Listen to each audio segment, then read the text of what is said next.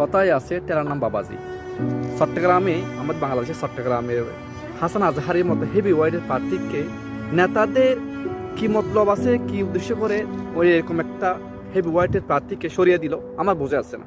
যখন জনগণ সেটা মানতে চায় না, মানতেছে না, যখন তারা দেখা যায় অন্য প্রার্থীকে মানবে না বা ভোটের মধ্যে নানা রকম বিশৃঙ্খলা হবে, এটা যখন টের পেল, অর্থাৎ জনগণের যখন ঠেলা দিল, ঠেলা বসলো, তখন নেতাদের সুবুদ্ধি উদয় হলো। তো এর আগে নেতাদের সুবুদ্ধি উদয় হলো না যে এরকম একটা হেভি প্রার্থীকে, হাসান আজহারের মতো হেভি প্রার্থীকে সরিয়ে অন্য একটি প্রার্থী দেওয়ার চিন্তা করলো। আমার কথা হলো, এরকম ঠেলাঠেলির মধ্যে যদি জনগণের ঠেলা দিবে, সে ঠেলা খেয়ে নেতারা কাজ করবে। এরকম ঠেলাঠেলি যদি করতে থাকে, তো আমাদের যে দলের সুনাম তো নষ্ট হবে, সুনিয়তের কার্যক্রম কি হবে? এরকম একটি হেভি প্রার্থীকে সরিয়ে দেওয়ার মানে, প্রার্থীকে সরিয়ে দেওয়ার কথাটা আসলে কি করে মাথায়?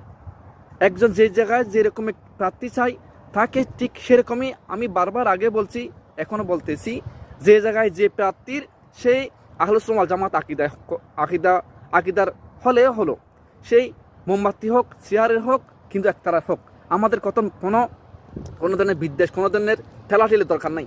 যে এলাকায় যে প্রার্থী তাদের গ্রহণযোগ্যতা বেশি, ভোটের কার্সিং বেশি হবে, সে এলাকায় সে প্রার্থীকে দেওয়ার জন্য আমি বিনীত আহ্বান করছিলাম।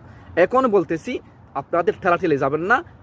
জনগণের সুন্নিয়তে, জনগণের সাধারণ মানুষের মনোভাব বুঝেন, তাদের সে মনোভাব বুঝেই যে এলাকায় যে প্রার্থী চাহিদা বেশি, সেই এলাকায় সে প্রার্থীকে দেওয়ার জন্য আমি আবারও বিনীত আহ্বান করতেছি, যাতে ঠেলাঠেলির মধ্যে যাইয়েন না, যাতে সুন্নিয়তের মধ্যে আবার বিশৃঙ্খলা সৃষ্টি হয়। পরিশেষে আমি এটাই বলে আপনাদের প্রতি করদূর বিনীত আহ্বান করে বলতেছি, আপনারা ঠেলাঠেলিতে যাবেন না।